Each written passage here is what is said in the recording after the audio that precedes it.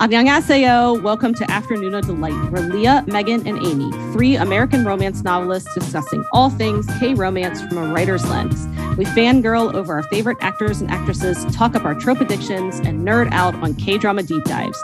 We'll throw in a few K-pop and K-skincare recs for good measure, because why not ride the Hallyu wave all the way to shore? So grab some tteokbokki and listen to your new favorite unease. Hello. Hello. It's just us tonight, Leah and Megan. Yes, the monkeys have taken over the zoo. True. So this week, we all ended up taking an assessment. It's done by Gallup, and it's called Strengthsfinder. And it kind of helps you identify. There's like 34 strengths that they identify, and then it ranks them for you. And kind of like the premise is knowing what you're good at and focusing on that is like a good thing to do, rather than like being weakness driven and being like, I need to correct my weaknesses. Look at what you're good at, lean into that, and try to figure out like that's where you're going to show up well. So I've done this before. Megan was doing it for a writing workshop. Amy kind of like hopped on board, and then we all compared our results together. It was not unexpected, but it was still very, very hilarious.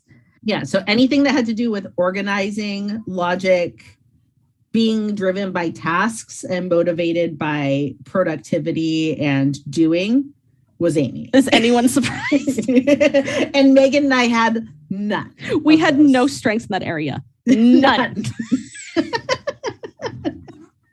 So that's why we call Amy the leader, or like RM of BTS of the group, because let me just say, if it wasn't for Amy, like shit just wouldn't get done. I mean, we just have podcasts that were like 90 years long because we would never stop. That's another thing. And I mean, that's why the podcasts that are just Leah and I always end up being just sometimes chaos, because we can't stay on task without Amy. But it was so funny. It's like Leah and I are like head in the clouds. We just want to build relationships, and we just want to learn. Yeah. All of our strengths were in absorbing information. I think what were some key differences? Some key differences, I think you came out a little more charming than I did, and more kind of like relational driven. And I felt like I came out a little bit more in terms of really enjoying when people are following what's giving them purpose and making them happy. I felt like those were things. Whereas Amy was very much, I find deep joy in knowing my homework assignment and getting it done. And it's a joke on the podcast, because like if we don't give, like, Amy wants direction, and if we try to change the direction on her at the last minute, she's not happy. Not even a little bit. And so if we're doing something for the podcast, Amy needs like a specific set of instructions. Like that makes her happy. And if you tell her, yes, Amy, this is what we're doing, she's like, great. And she gets it done. And it's like perfect, because like Amy always understands the assignment, basically.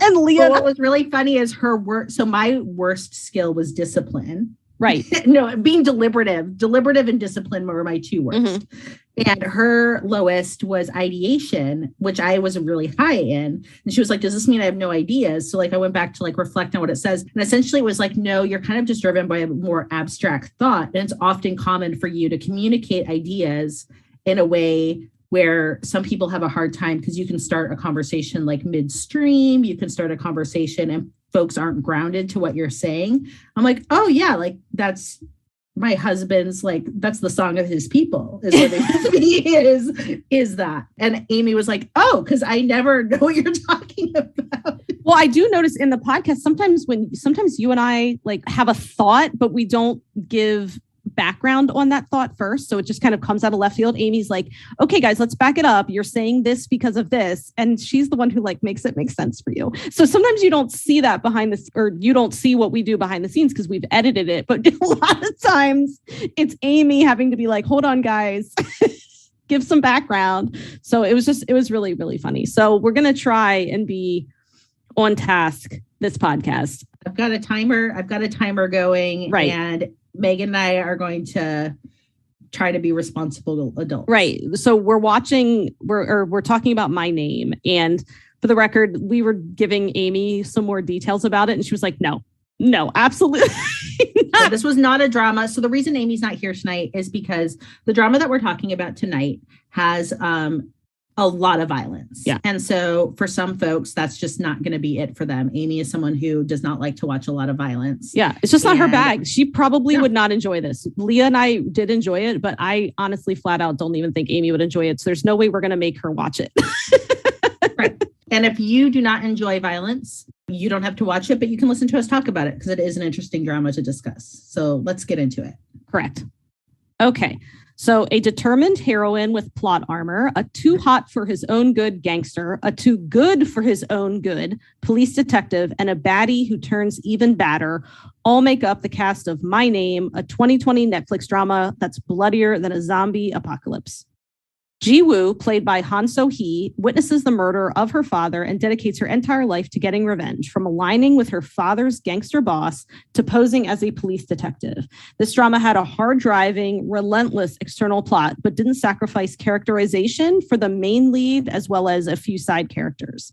This drama is hard to discuss without spoilers, and I think it is best going into it without knowing much at all, but we have a few discussion points before we get into spoilers. So this drama, as we said, was heavy on external conflict. This isn't to say that internal conflict didn't come into play, because it did, but it was far more plot-driven than character-driven. Let's talk a bit about the differences between the two different story types. There's often two types of stories, one being plot-driven, one being character-driven. Of course, there's elements of both in all stories, and some are quite evenly split down the middle. Like I would kind of argue Harry Potter seems very split down the middle between being character-driven and plot-driven. But this really felt to me like it was a heavy plot-driven story. So I just want to talk to you a little bit on like the pros and cons of both. So for me, a good character-driven story is going to have some of the following components.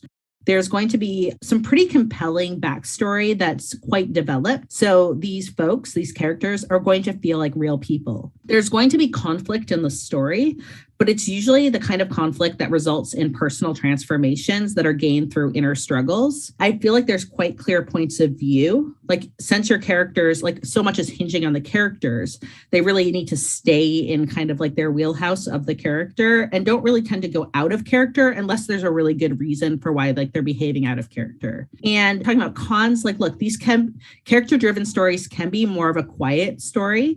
They can be more meandering. So you need to be able to slow down a bit and enjoy the unfolding. So I would say that K-dramas that come to mind off the top of my head that are really good examples of character-driven stories are all the Reply series and like Hospital Playlist. These are very character-driven stories. That's not to say that there's no external plots in them, but like really the point of watching these is to be with the character. Then for a good plot-driven story, you're going to learn more about who your characters are and what they're doing than how they think or relate to each other. So I would say that events in a plot-driven story are kind of more important than the character growth and development, although those do happen usually in a good plot-driven story. But, you know, we're going to see lots of twists. We're going to see a lot of world building. We're going to see a lot of action. Mm-hmm. And so for me, when I think of plot-driven stories that I personally like, because Megan has a lot of plot-driven stories I know she can talk about. But for me, I think of things like Star Wars or Lord of the Rings, where I really enjoy the characters in them, but like really they're up against these like big kind of epic battles of dark and light and things like that. Oh my gosh. Yeah. Well, I even think of like Jurassic Park movies, things like that, where there's like this big something is pressing on the main characters and forcing them to act rather than the characters themselves making choices. You know what I mean? Sometimes I feel like a solely plot-driven story is one where the plot is chasing the characters the whole time and the characters aren't necessarily like bumping up against it, or they are, but they're, you know, glancing off. They're not like weaving in and out. There's like a gradient, right? Like I'd say it's kind of like when you look at sexuality and there's a gradient between like plot and character. So you could have some things that are purely plot and there's like very little character development, and then it kind of like gradiates across. Totally. Like I even think of like Healer. Like to me, Healer is actually a really great example of a plot-driven story with amazing character development. Like I think that was a really well-woven K-drama. Like, are you surprised that I'm mentioning that?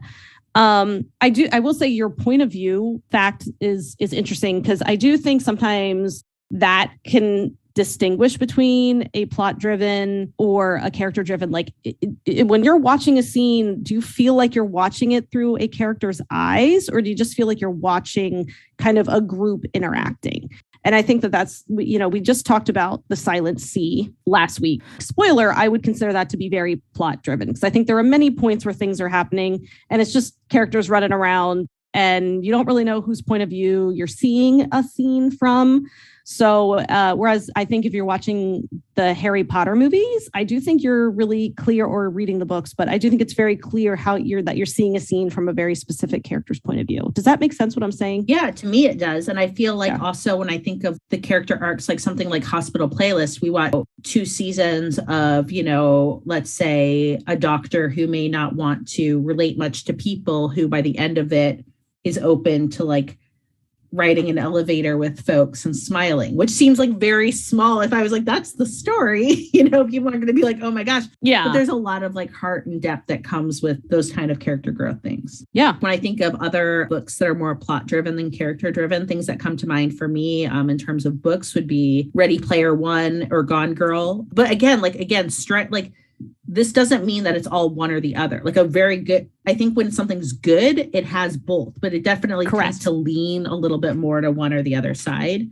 Da Vinci Code, anything by Lee Child, and I would say kind of just like anything my husband wants to read is going to be more coming from like a plot driven basis. But usually he does like to have his things grounded with strong characters. Right. I mean, so this is the thing. I would say, like, I know that you like obviously Hospital Playlist and the Reply series, like that's definitely your wheelhouse. And I love it. I would say, I don't mean to bring Healer up again, but I would say that strong external plot with the characterization woven through it is personally my favorite. I really do love a hard driving external plot. I adore it. I just always want the characters to have agency and there to be character growth.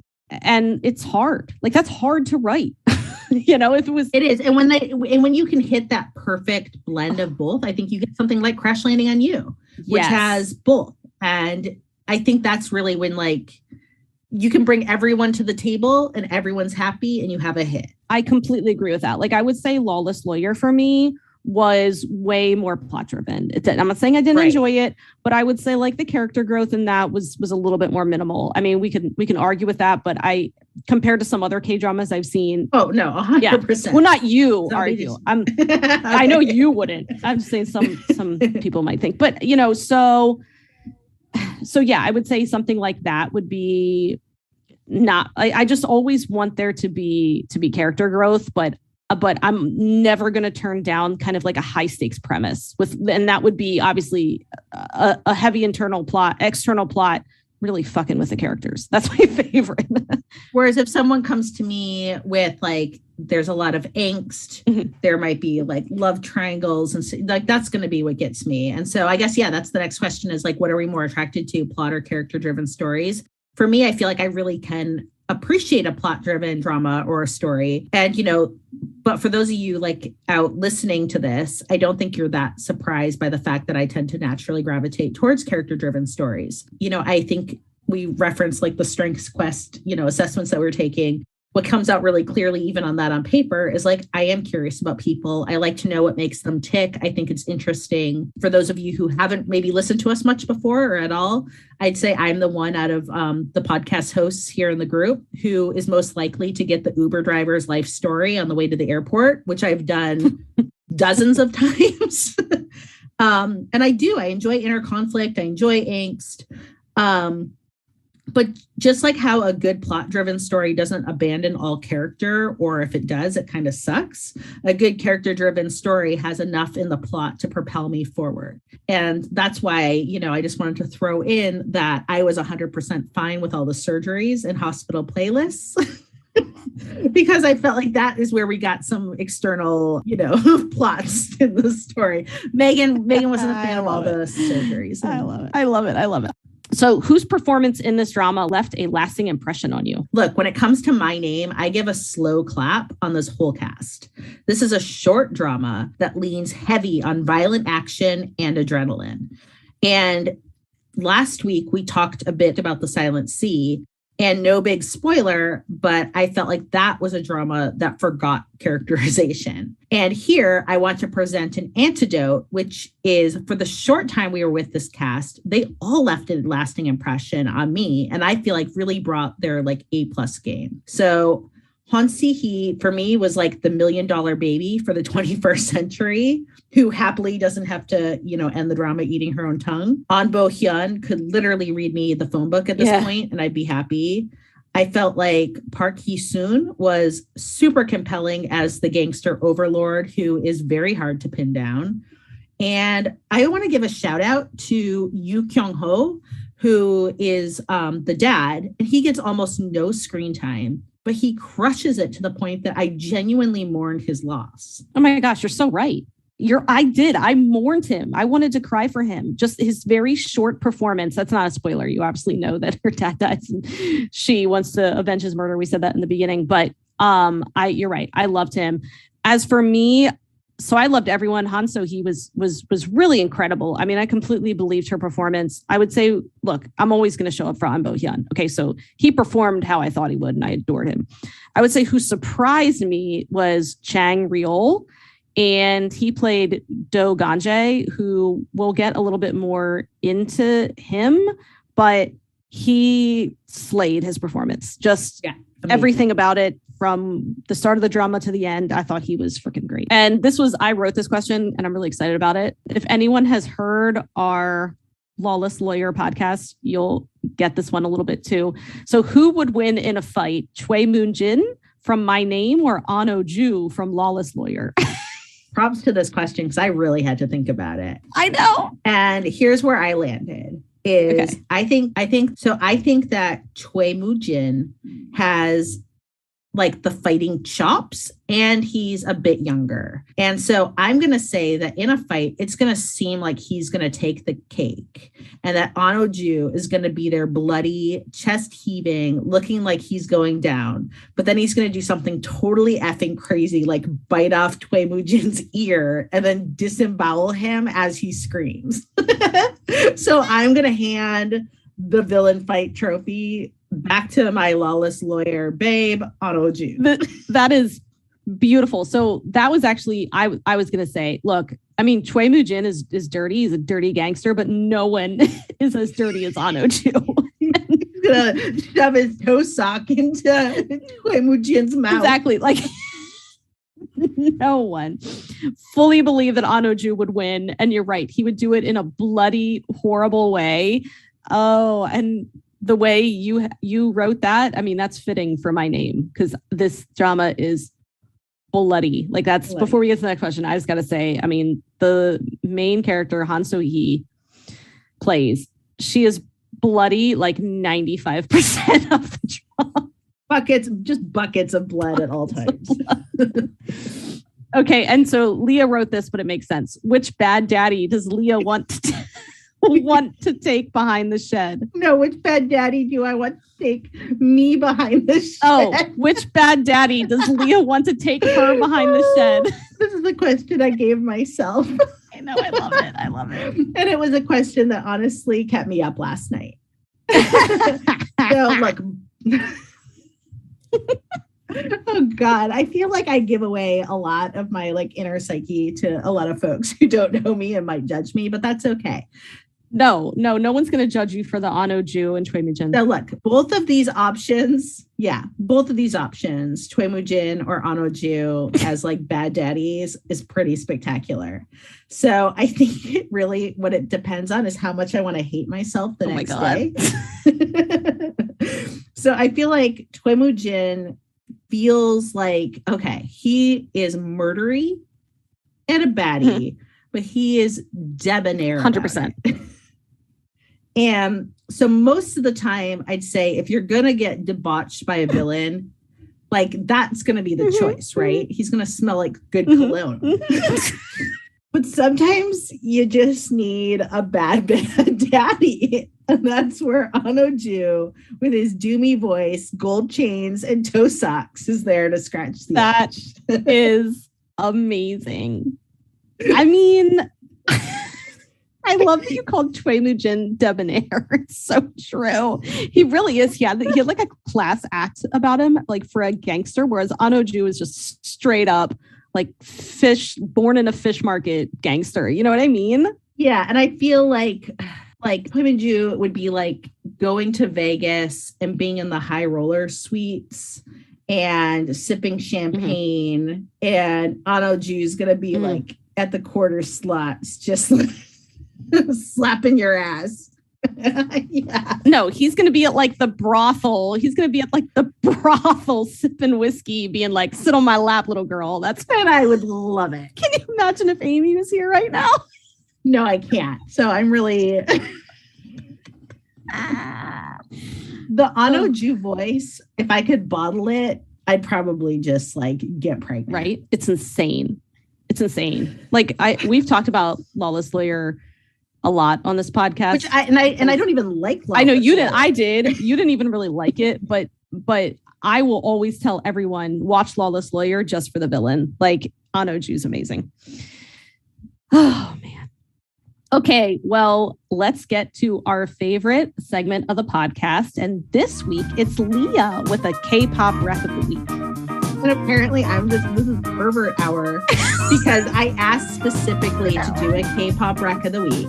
Yeah. And it's because I was thinking, for some reason, sometimes I'm not like a mystical genius or anything, but sometimes when I think of shows and there's like a color associated with it to me. Mm-hmm. And when I think of My Name, probably because of all the blood, but it's also a dark fight, like a darkly shot drama. A lot of the times I feel like I see like a lot of black and a lot of red.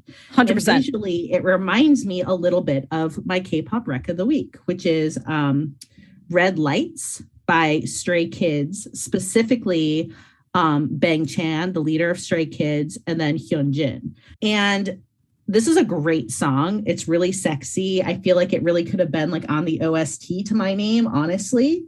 And I just want to give a shout out because there is just like a very kind of like desperate, violent sexuality to My Name sometimes.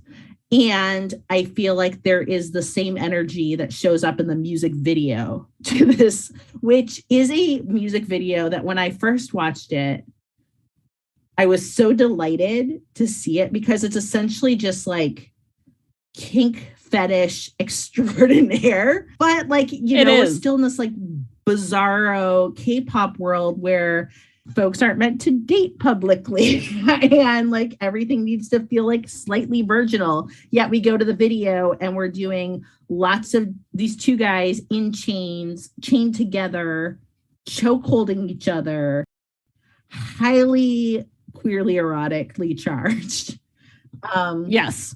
And so anyway, I love the song. I think the music video is like its own special something that like drink a glass of water while you watch it. And I just felt like the song really could have fit well within this drama. So that is Red Lights by Stray Kids. If you enjoy our podcast, you have our patrons to thank, at least in part. Afternoona Delight Patreon allows us to keep creating content for y'all to enjoy. Thank you so much to everyone who is supporting us there. And not to brag, but our Patreon community is pretty awesome. And you can join at a tier that feels good to you. Gain access to fun perks like K-drama posts, monthly Patreon-only bonus podcasts, and even a live K-drama support group on Zoom. Because we know firsthand what it's like to have no one to talk to about those crazy plot twists, amazing characters, and all those feelings. And look, no one should have to walk that walk alone. So learn more by visiting afternoonadelight.com. That's www.afternoonadelight.com. And hey, while you're on the website, you can check out Afternoona Delight podcast merch, find links to book recommendations, bop along to our K-pop recs, glow up your skin with K-merch recs, find all of our social media, and a link to our email so you can send us recommendations or feedback. And hey, while you're at it, why don't you pop over to Spotify or Apple Podcasts and leave us a 5-star review? It really helps with our discoverability. 감사합니다. So, we did say that this is a drama that's best to know very little about. However, if you have seen this drama, please stick around for our spoiler section. And if you feel like our absent co-host, Amy, that you really don't want to watch people just get beaten to bloody little hunks of flesh, then stick around, just listen to us talk about it so you don't have to see it. So So-hee is told by her father's gangster boss that a police-issued gun killed her father. So she aligns herself with his gang and then poses as a police officer, all while loyal to the gang, complete with a boob tattoo that is poorly done, in order to find her dad's killer. But she quickly finds that she doesn't know who to trust. So the plot definitely keeps you guessing. Did this work for you? And did you guess any plot points?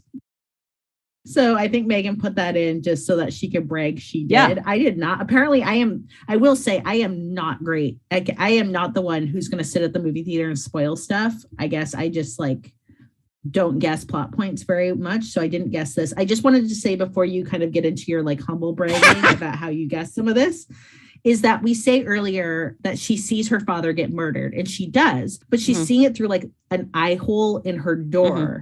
And the murderer is all in black and face covered. And so she sees her father get killed, and she does catch glimpses of the murderer, but she doesn't know who it is. So that's part of the mystery. So I just for anyone who hasn't seen the drama, who's still with us in the spoiler, that's kind of we say she sees the murderer, but she doesn't know who the murderer is. Yeah, good point. Well, so I feel a little bad because I kind of pulled, if you listen to our podcast where Amy said she kind of spoiled Spider-Man for her kids, I kind of did this to Leah, because I did ask you though first. I was like, look, I have a guess. Do you want me? And it was a guess. It was a guess. It wasn't. And I asked if you wanted to hear it, and you're like, yeah, sure. So yeah, so this is totally my ego, but I was really proud of myself. But I think part of it is I have seen so many gangster movies. A lot. And I feel like that's not Leah's wheelhouse, but I have seen enough gangster movies that's why I guessed. So very early on, I did guess that Choi Moo-jin was the one who actually killed her father. So just because I kind of thought that's where it was going, and especially how much he pushed her, I feel like he was using her to kill off his enemies. And essentially that was what he was doing. But the whole plot twist that came in with her dad actually being an undercover cop, I thought was really freaking cool, because she fell into being a cop just to kill a cop who killed her dad. She didn't really, it wasn't police detective work was her calling or anything. So then to get into it kind of on false premises, but then find out that actually is why her father died, because he devoted his life to undercover detective work in the narcotics division, I just thought was really well done and heartbreaking. And I think that was part of where the characterization came in. It came with a great black moment where she realizes that her pseudo father figure, who also in a tragic, turn of events, I think that we see throughout the show that he has really come to care for this person that he's been using for vengeance. He truly loved her father who had betrayed him. And we see throughout the show that she would make him chamomile tea when he couldn't sleep, and he would drink it out of a thermos and feel affection for her. I believe that was all authentic. However, he was still planning to use her and discard her if need be. And when she realizes that he I lost my train of thought. I'm trying to think of what I was trying to get to. And so I think that for me, the black moment really hit heavy in when she realizes that she has been essentially a fake cop to try to she's really a gangster pretending to be a fake cop. And then she realizes that her father was the exact mirror of pretending to be a gangster, pretending to be a gangster. And just it was very simply done, really. That's not a big, correct, complicated thing, but it just really again, this is where sometimes Silent C tries to do too much and can't hold, and it just falls apart. This was fairly tightly done, and it came with a huge amount of emotional impact. Oh my gosh, you're so right. And one thing I did I always love a complicated villain. And that was what I love Choi Moo-jin, because he was still holding true to his gangster ways, and he was still using people, but you knew that he did care for her. I mean, he was going to use her, but he did have affection for her, I think in almost a daughter kind of way. And he really did love her father. And he felt when he found out that her father was an undercover cop, he killed him because he's like, you were my best friend. And now I find out you betrayed me. And Choi Moo-jin was the one who pulled the trigger. And I really kind of loved that to the end, he did like love her father. Do you know what I'm saying? I thought that I liked that he wasn't just this guy who didn't care about anyone. He truly did. And probably if he hadn't have cared about her father, he wouldn't have personally killed her. But he cared so much, or personally killed him, but he cared so much that he did. He was a really good villain. And he had like, some of that like gangster code, which is always interesting. And I also really appreciate that he's the one that gets his hands dirty when it needs to get dirty. Like he's going to be the one that's going to do the thing. I thought that worked well for him. And yeah, I feel like sometimes we do talk about how love and hate can be very, you keep going too far in love and you keep going too far in hate, and you can get into this messy area where they kind of collide. And I think that was where he was with both the father and the daughter. Megan, does So-hee make you want to up your workout game? I mean, yeah. So I loved her in this role. I thought she knocked it out of the park and was really believable. I did see an interview with the director or writer. I'm really sorry. I can't remember which it was. I think it was the writer who wanted a beautiful woman in this role. And Han So-hee is definitely beautiful, but she also was believable as like a badass fighter. I think she had like the body type for it. And it is crazy because you see her in like a drama like Nevertheless, which I haven't seen, but I've obviously like seen trailers and stuff. And she's stunningly beautiful. And she really did. And she smiles a lot. Like you see like interviews with her and she's like really sweet and smiley. And in this one, she's like, I mean, I fully believed her as a female gangster.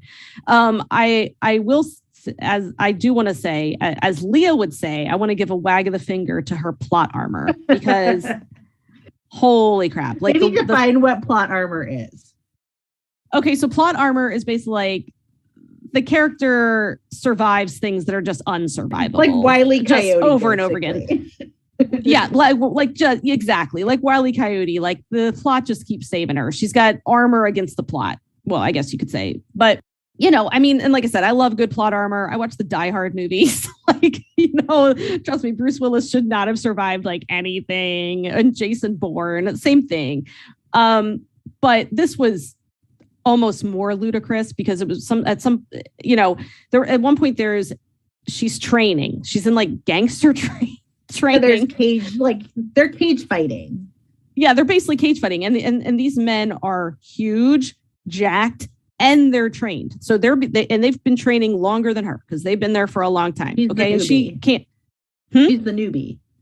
Yeah, she's the newbie. She comes in and I think like every once in a while they have basically like a big fight, like where everyone fights each other. It's just like a big brawl. And the last one standing gets, I think they get like money. It doesn't really matter, but the head gangster. Yeah. Choi Moo-jin like awards the best fighter. Okay. So she's in a room with these huge dudes and again, who are trained fighters. It's not like they're like, mall cops. And she lasts the longest. And I'm like, look. I'm not saying she can't hold her own against, but just sheer body weight, these guys would have been able to throw her around. I mean, it was kind of ridiculous. And she kills people in like various ways, but like easily, but then she can get stabbed like approximately a dozen times and still lives. And again, I love plot armor sometimes, but I did get to the point where I was like, this is a little over the top. I mean, and she like burns off her own tattoo, like with a cigarette lighter.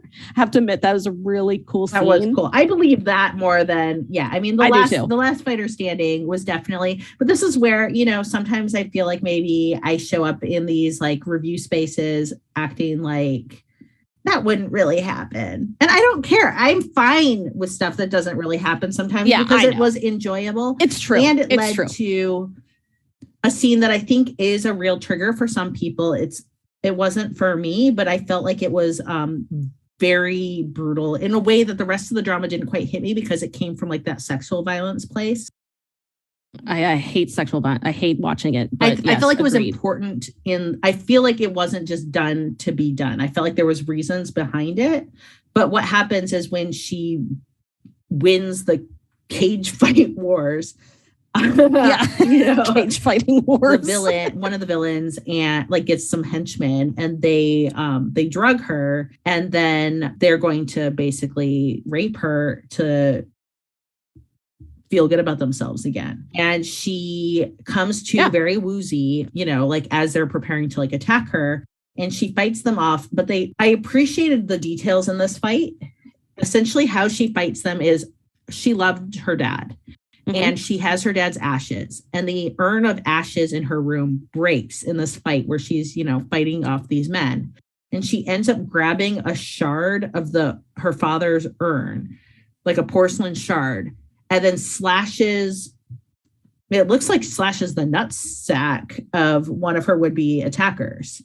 And the villain, the secondary villain, essentially it sets him up to get like rejected from being in the gangster club because you can't go like assaulting your sister gangster when you're mad at her beating you up.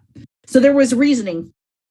You called it a gangster club. the gang. Yeah, the gang. Yeah, and that's Gong Jae, who I mentioned earlier. He is really freaking cool because he starts out, we'll talk about him a little bit more later, but yeah, you're right. I mean, I hated that scene and I was like, oh, thank God they didn't like go through with it, but it was still really terrifying to me watching it because you are watching it from her point of view. The screen even gets like blurry because you're essentially in her roofied state. And I have to admit, I was like terrified, holding my breath watching that scene. It was so but it was well done. I feel like it was agree. Like the using the urn was like so poignant. And I don't want to say respectful. It's just like, okay, Game of Thrones we both watched, and Game of Thrones would devolve into sexual violence sometimes in a way that I felt like didn't necessarily always serve the plot. And in this case, I felt like it served the plot. Yeah. Even though that sounds horrible. Like I'm not like endorsing it, but I felt like it was an important scene to have, even if it was hard to watch. No. Yeah. Well, also Game of Thrones would go like through with everything and it would be gratuitous. That too. And sometimes I felt like it did work for what it was trying to do, but oftentimes it just felt like sexual violence for male gaze writer's sake. Right. But this is not about Game of Thrones. This is about My Name. And at its heart, was My Name, do you think, more of a mystery or a revenge plot? Gosh, that's so hard, right? I honestly, oh man. Because it's really both. Because the mystery was very cool. Like she really is uncovering a mystery. Then her partner in crime, Pildo, played by Ahn Bo-hyun, and then is kind of like doing the detective work with her. And you're also getting the perspective of the head of the police. And I don't know, man. I mean, she follows through on the revenge. That I have to admit, that's one thing I really liked. Like sometimes like with revenge plots, they can almost get like too good where it's like, oh no, if you get your revenge, what's it going to do to your soul? And she's like, no, fuck it. Like I'm slashing this guy. I'm killing him. I did like that. Yeah. But part of me thinks the mystery had to be solved first. You know what I don't know. What do you think? Yeah. I mean, I think it did. I mean, I'm not answering this question I like to answer hard questions by like sticking to the question. But to me, I feel like why this was successful to me was that it was both. And I feel like it was also a plot driven, but very character heavy story, even though and again, 8 episodes, you can't get a ton of depth with the characters, but we were able to feel a lot. And in this, I felt like it really was this intertwined, like the premise was her getting revenge. However, this wasn't kind of like Kill Bill with like a clear end game in sight. Like the tables get turned on her quite a bit. And she realizes that she's been like a very manipulated tool. And for somebody who has valued having agency, the entire drama, to realize that you're essentially the patsy really does hit you on that level, especially being manipulated by men when you're a woman as well. And you've had to work extra hard to be a woman in this situation. Right. Yeah. And I didn't think of it that way, that she thought she had agency. Like she thought she was doing everything on her kind of dedication to avenge her father, and then finds out she was just a pawn the whole time. And we mentioned it, but that's when, so she has this like the gang tattoo on her. And so I actually love that scene when she finally finds out that she's essentially a patsy. She's physically sick and she's crying, she's throwing up, and it's like an amazing, I can't imagine the physical effort that would have taken for that actress. It was so good. And then she sits in the car, and I remember I was watching it, like I was watching the show like downstairs because I could not, or like in our living room, I could not stop watching this. And she reaches down for the cigarette lighter, and I screamed. I screamed so loud. My husband's like, what's going on? Because I knew that's what she was going to do. I knew she was going to like burn off her own tattoo. And I was like, that is so boss. I mean, I really love that scene. There was so much good stuff. So many gasping moments in this. So coming to a gasping moment, the elephant in the room here is the death of Pil-do, played by Ahn Bo-hyun. So, Megan, what did you think of this scene? Were you surprised? Was it necessary? And the everlasting question, will Ahn Bo-hyun ever let himself be happy in a role? So I'll say first that I knew he died because I saw a spoiler and I was very angry. I saw a spoiler. So I'll just say he's shot, point blank. I'm not laughing because it's funny. It's horrible. No, it's because it's like so terrible. It's literally so terrible. I kind of wish that I didn't know and I would have gotten that like gasping reaction, because that's like one of my favorite things.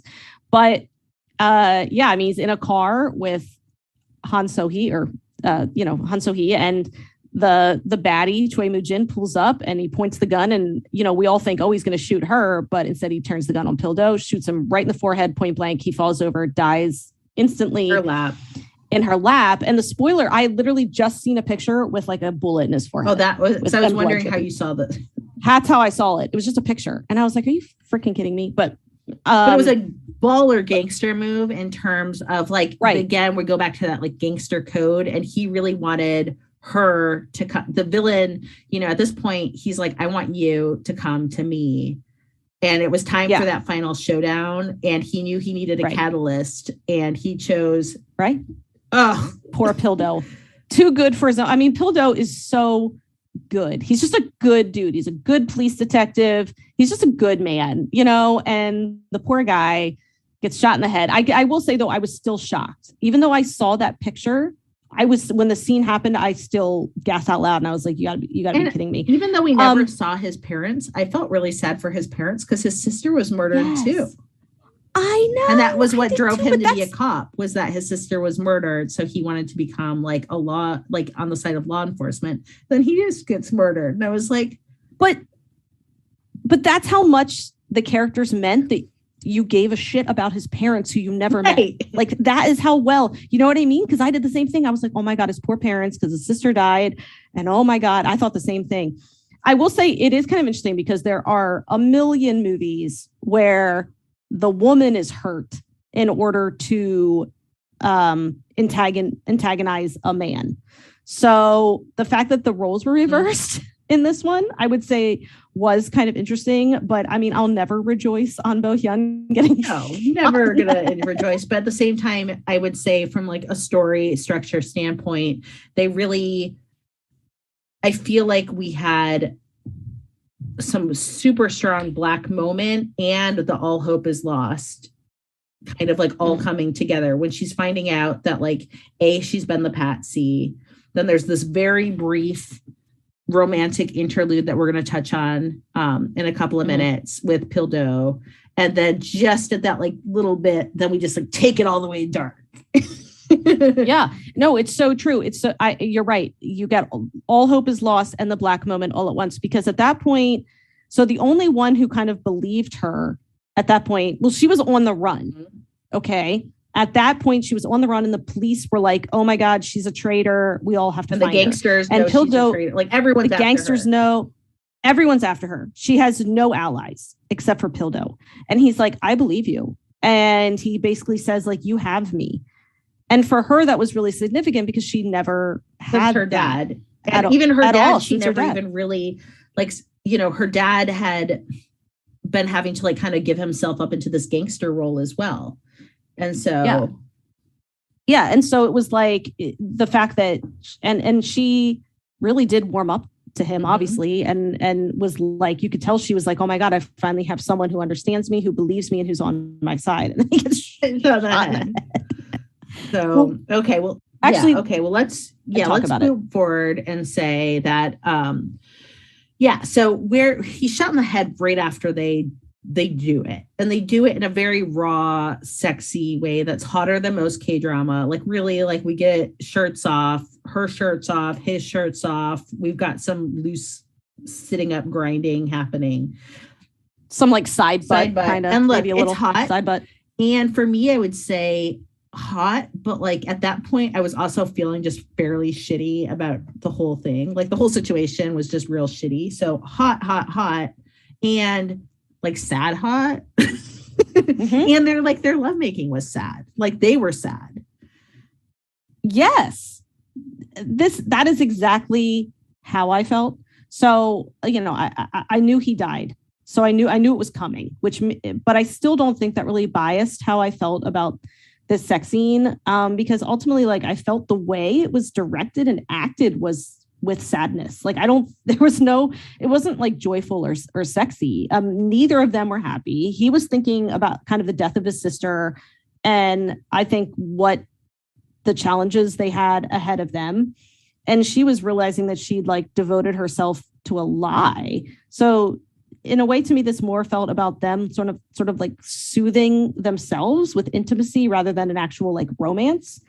I think they bonded, but in like that, like, I can rely on you, but there wasn't like heated passion. And there was also that like weird comfort, like, you know, when you kind of like take comfort in physical release and connection, and also just like, you realize, like, when they were like having sex too, that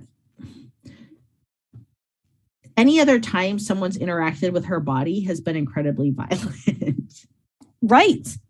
I know. And that's why it was like, you know, like, look, I'm never going to turn down like Ahn Bo-hyun's skin, but I kind of maybe would have loved if they had just sort of like fallen asleep together, like holding each other. She hadn't allowed herself to be touched ever.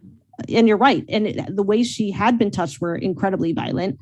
So I guess I couldn't like see her just being like, yeah, let's go full Monty after, like, I'm injured, I'm hunted by the whole city.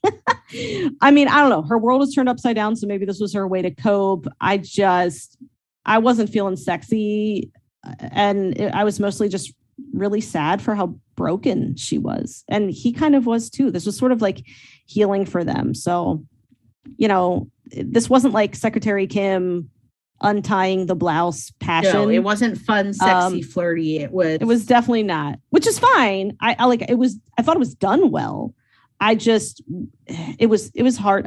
It was hard for me because I was sad. Yeah. And it was really sad. And then really just like that moment where you're finally like, God, this poor broken woman. And he actually like realizing just kind of like the trauma he had in losing his sister and law enforcement. And like, he's finally built this trust in her. And they've just kind of reached that point where like, maybe there's just this chance for like some happiness here. Then we get the bullet in the brain. Bow. It's like bow chicka. Oh God. It's so sad. Oh my God. So let's just talk about the evolution of Gangjae, or the baddie who went even badder. I love this guy. That's all I got to say. So what did you think of his transformation and pretty rad death scene? All I want to say about him, because I know you have a lot, is really, I think a villain that always is going to work for me is a villain that doesn't go like overtly like Hulk angry, like, oh, I'm going to get you. But like has that, like, if you can be really unhinged and kind of have that like smile while you do it, then like I feel like I just get such goosebumps. It's like a Joker thing. And I think that's one of the reasons why Joker makes such a good villain. And I feel like they really set this like Gong Dae up to be kind of that Joker villain of just like that and more like a Heath Ledger almost, like not so mumbly, but that nihilistic fuck the world with a smile on my face villain. And that's always just like a fun, because you just don't know what the hell they're going to do. Yeah, well, because I kind of felt he almost didn't have necessarily a goal. He just wanted to fuck shit up. He just wanted to cause chaos, like for the drug world. He just wanted to like act out his revenge a little bit, but I also feel like he just wanted to cause chaos. And I will say like you first see him when he's like in the training camp and he's like got normal hair and he's normal, but then when he sexually assaults her, Choi Moo-jin gives him a massive scar on the side of his face as punishment and casts him out. And the next time you see him, I mean, he's totally transformed. He's got a different haircut. He's got more tattoos. And he's like wearing that like fur coat or something, like the really like obnoxious clothing that's like colorful. And he's just bad. He's just bad. He's like smiley, bad, scary. And you don't know. And you know that like he had been like just that fact that he kind of went for like the sexual violence too, just really like kind of gave that foundational level of But then right before that, I felt like they humanize him because you meet him when he's like a bit younger. He's almost like the Maknae of the gangsters. And he's like, now you have to sleep in my crappy bedroom because you're the lowest person on the totem pole, not me. So we get to see him as kind of an eager, poor person who is looking to join this brotherhood of gangsters and elevate himself. And and he made crappy choices and out of like his pride, and then just like fucked up his life totally. And his death scene is very cool. She shoots him because he's about to tell Pildo her identity. And so she shoots him and he like falls off this like plank at some factory, this like walkway, and he like hits the ground. Oh man, it's pretty cool. Plus I have to mention Amy isn't here, but I have to mention Nicolas Cage. Let me explain why. So at one point, Gong Dae puts Pildo and Han So-hee in the car crusher at the junkyard. And that was I always love a good villain scene when they have like inventive ways to kill people and then they leave and then the people get out. It's so great. But there's a Gone in 60 Seconds scene, classic Nick Cage movie with a car crusher. Oh God. I will say wag of the finger. I will always wag of the finger the villain, because what villain's going to be like not watching the hero get crushed? I know, it's so great. Like, oh, I'm going to leave just like I finally got you in my clutches and death is coming and I'm out. Yeah. But whatever. I mean, like that is a convention. Yeah. That is just a convention and that's fine. It is. And it's always going to be. So let's just really quickly talk before we wrap up about the final showdown. I think that happens because I do think the final showdown is very exhaustingly violent as well. Oh my God, right? So this is Choi Moo-jin has shot Pildo in the face. In the face. Post like Han So-hee getting like the first hug of her, like, in a miserable life, a decade. And not only that, she finally gets like a taste of Ahn Bo-hyun and then is like, he's like a corpse. So I mean, that would make me want to murder someone too. Like, yeah, God. Like somebody takes your like triple scoop ice cream cone, throws it on the floor, and then like poops on it. That's basically, and he's like, what are you going to do about it now? So anyway, the showdown is a fight to the death. So how we talked about An-oh-ju and like what would happen, I feel like now substitute this like 95-pound scrappy chick and they just rip each other to pieces in a well, and that's the thing too. She has to first of all, she has to fight her way to him. So she's already severely injured and he's just sitting in his office in a nice like suit. Totally fine. Okay, so she literally fought people. That's another thing too. She's There's like 24 guys she fights on her way up to his office. And I am like, are you shitting me? Like by herself, just like fighting off. She's like a gun at one point. Pildo goes, sits in his office and is like, like, I wag the finger to the plot. Like he should have just had it be empty. Like, come to me now. Yeah, exactly. Instead, he sent like there's 12 guys and they're all fighting her. And it kind of reminded me a little bit of like Gladiator when Maximus. What's the Mad King's? No, what's the other guy? What Nero. Is his name? I'm gonna look it up really fast. Because not Caligula. Me too. Commodus.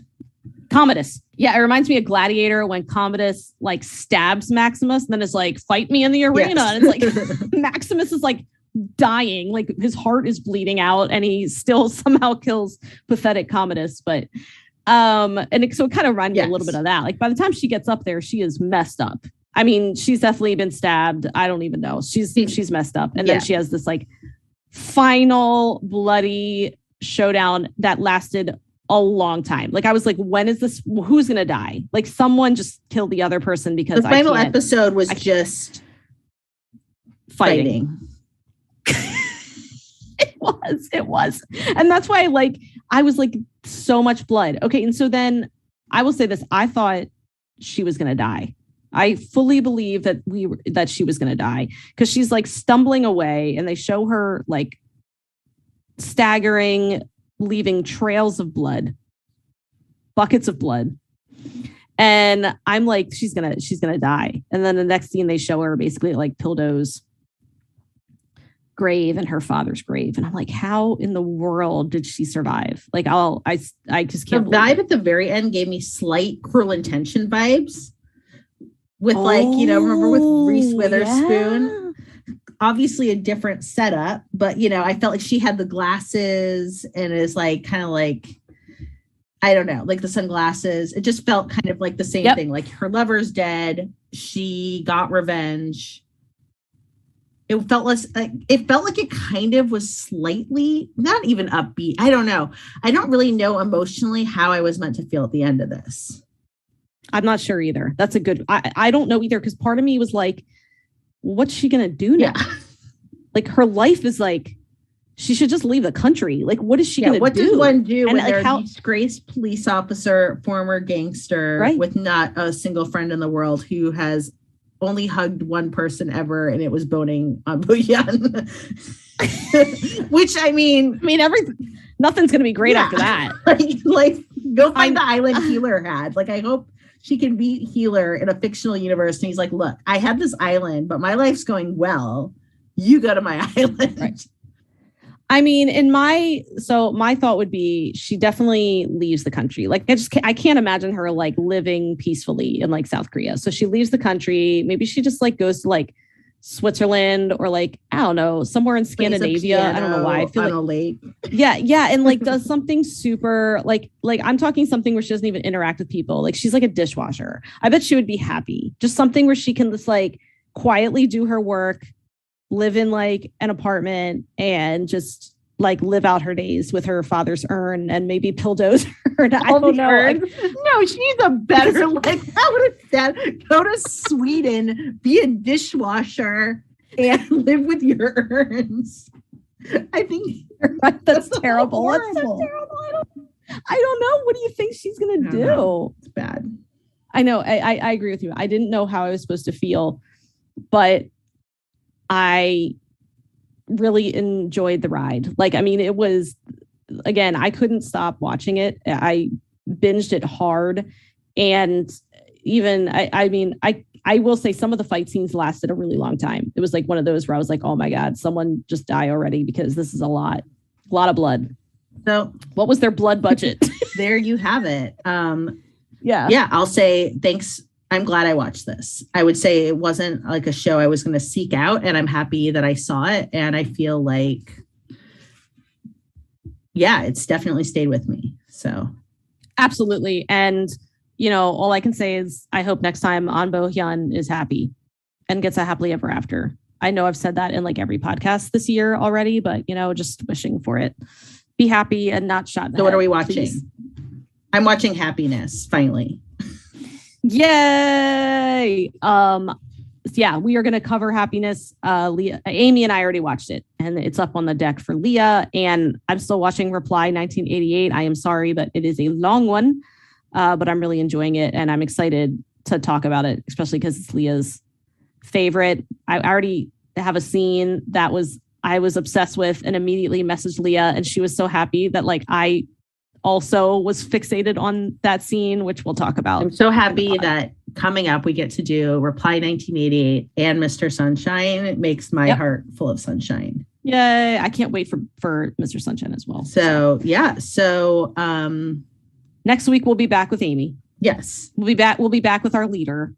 And we did a pretty good job. We have this at a reasonable length. Yes, good for us. I'm proud of us. All right. Well, well, have a great night, and we'll talk next week. Anya. 감사합니다. Thank you for listening to Afternoona Delight. Make sure to subscribe for more great K-romance conversation. And be sure to follow us on Instagram and Twitter at Afternoona Delight Podcast for more information on our podcast, behind-the-scenes photos, and, of course, pics of our favorite oppas and unis. Annyeong!